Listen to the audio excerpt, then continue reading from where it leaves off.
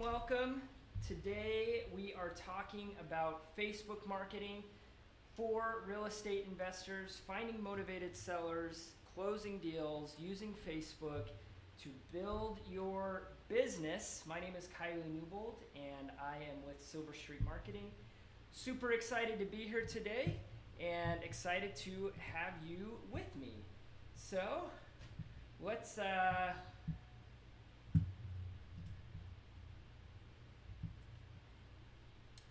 all right, so again, welcome everybody. My name is Kiley Newbold with Silver Street Marketing. Super excited to be here with you today. Thanks for joining me. We are talking obviously about Facebook, talking about Facebook marketing for real estate investors, and we are today talking about a really important subject that comes up a lot, and that is, how do I fix a campaign that isn't working? All right, and before we jump into that, I want to share something with you to try to frame your mindset just a little bit. So imagine for a second that you are taking your car to the mechanic, and you pull into the mechanic and you throw your keys and you say, fix my car. My car's not working, my car's broken. And what's that mechanic gonna do? He's gonna look at you and say, a car is a complex piece of machinery. There's all these different systems that have to work. There's all these different, there's a lot of pieces and moving parts that go into a car, right? So they're gonna start asking you some questions. They're gonna say, okay, well, what's going on with the car? Is it that it's not starting? Is it that it's not stopping? Is it that maybe you got a weird smell or a weird sound, or there's a weird squealing noise, or whatever it might be, right? They're gonna start asking questions, and then based on your answers to those questions, they are going to start diagnosing what could possibly be wrong with your car. So they're gonna first start with what system it might be, so maybe it's the brakes. Now they're gonna start looking into what could be wrong with the brakes. So they'll start, they're looking at the drums, et cetera, et cetera. You get the idea. Well, I'm here to tell you that it is the same thing for Facebook. We have a lot of people that come to us and say, hey, my Facebook campaigns aren't working, what should I do? That's a broad question. And we also get this question a lot. My Facebook campaigns started out really strong, but now they fizzled off and I can't figure out how to make them better.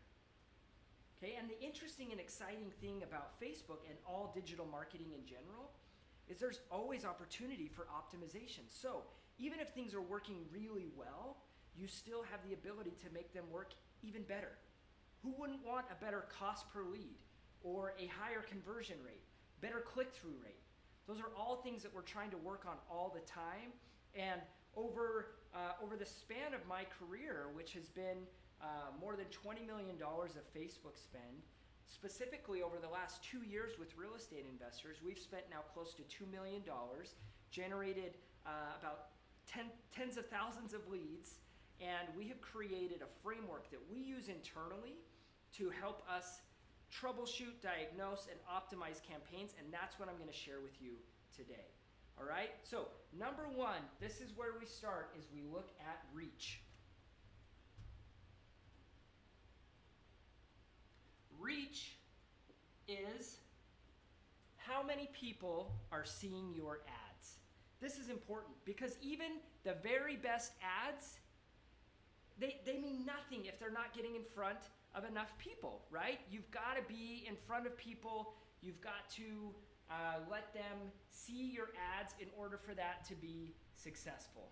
All right, so reach, that's the first thing we look at. And so let's talk about how to know whether your reach is good or not. So these are the warning signs that we'll look at. And I'm gonna use blue here. So these are our warning signs, okay? And there's two of them. One of them is that your ads are not using your budget, okay? And the other one is that your reach number is relatively low. So if you look inside of your account and you see that your ads are not, your budget's not spending, so let's say you budgeted to spend $50 a day and you're spending like $4.50. Okay, so I'm not talking about if you budgeting 25 and maybe you're spending like 20 to 23. And I'm talking about if there's a big discrepancy in what your budget is versus what you're spending. The other one would be whether your reach number is comparatively low. This one has gotten a little more tricky as Facebook has changed your ability to see the size of your lists. So here's a general rule of thumb. If you're using a custom audience, specifically if it's like a direct mail list, if you're using that list, assume a match rate on the low end of maybe 50%, on the high end of maybe 70%. So if you've got a list of 10,000, let's say that 5,000 of those matched. Okay, so if you've been running your ad for a couple weeks and you've reached 400 people, depending on your budget, you probably have low reach, right? Okay, so these are the solutions. There's several of them. I'm going to kind of rapid fire them at you, but I just want you to sort of absorb the options that you have to fix reach. Number one is your ad set optimization, right? So if you're running a conversions campaign, you have the ability to optimize that ad set for something other than conversions. And here's why that matters. Facebook uses what's called the Facebook algorithm, or which leverages your Facebook pixel, that piece of tracking code that you put on your website. The Facebook algorithm, it likes to see success because that means that the ad is relevant, it means that it matters to people. So in the beginning, your ad and the algorithm is trying to find as much success as possible. So if for some reason your ad doesn't find success right away, the algorithm may kind of stall out, right? So what you can do is you can go into your ad set and you can say, okay, algorithm, instead of looking for conversions, look for clicks or look for daily unique reach. And those are my two favorites for specifically for real estate investors, is to make those two changes. So optimize for clicks or optimize for unique daily reach. The other thing you can do is adjust your budget type. If you're running a daily budget and you have a low daily budget, it's possible that that number is not high enough to feed the algorithm what it needs to get traction and to get momentum. So you could switch, you could either increase your daily budget or you could switch to a lifetime budget instead. The other thing to check is your audience size and audience overlap. So if you have two ad sets running with overlapping audiences, that will impact performance and that will impact the reach of your audiences. And think about your audience size. Facebook likes big audiences. That gives and quality of audience plays a role too, because that basically gives the algorithm more to work with and increases the likelihood of conversion or success if that happens to be clicks or unique daily reach. The other option is to expand interest. So there's a little checkbox in Facebook at the ad set level that you can check, and it says something like, expand interests, expand my audience to include people who might be interested in this if it will help increase performance, right? So checking that box basically allows Facebook to sort of go outside of the audience you've prescribed if their technology thinks that it can achieve better results. And then the other thing would be your total campaign objective. So you could go to a website clicks campaign objective. If you're running conversions, you could try lead gen. So basically switching up that campaign objective. That will help you troubleshoot reach. Okay, so once we've solved reach, the next place we go is clicks. Because now the ad is getting in front of people, we need them to take action. We want them to click, right? And there's really one big warning sign here, and that is your click-through rate. Now for us, we like to see a click-through rate above 5%. And click-through rate for us, we look at reach versus the number of people clicking. Okay, so that's how we calculate click-through rate internally. And if it's below 2 to 5%, then we look at that as something we need to fix. And there's a couple ways you can fix that. Number one is by looking at your audience quality. Are the people that you're targeting quality? And this is specifically applicable to like custom audiences. Or are they relevant? So if you're targeting a broader audience using what's left of Facebook's sort of interest-based features, is it relevant? Are you targeting relevant people? Does the message match the audience? Okay, so if you're running some ads to a probate audience, for example, or an audience that might have tax delinquency, does your message match? You need to make sure that you're speaking to people in the language that's going to resonate with them. And this is a mistake that we see so many investors make, is that they're running the same message to everybody. But not everybody's motivation is the same. That people are nuanced and their motivation is nuanced, and your ad should reflect that. So that can impact click-through rate if the message isn't relevant. The next one is your ad set optimization, right? So you could go and optimize that ad set for clicks. That could help increase your click-through rate. The other thing would just be overall your creative. So if you're using an image, testing new images, testing videos, testing carousels. Facebook has so many options. And what's amazing, this did not exist even like a year ago, is how easy it is to A/B test creative now. You have two options. You can run A/B tests and you can run dynamic creative. So that is a huge way to test and improve click-through rate. All right, number 3. So we figured out reach, we figured out clicks. Number 3 is conversion.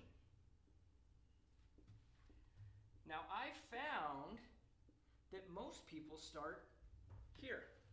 Okay, most people like to start with conversion, but you have to make sure that these other two are in order before you start looking at conversion. Here's the warning sign.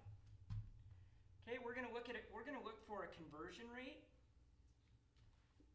similar to our click-through rate of 2 to 5%.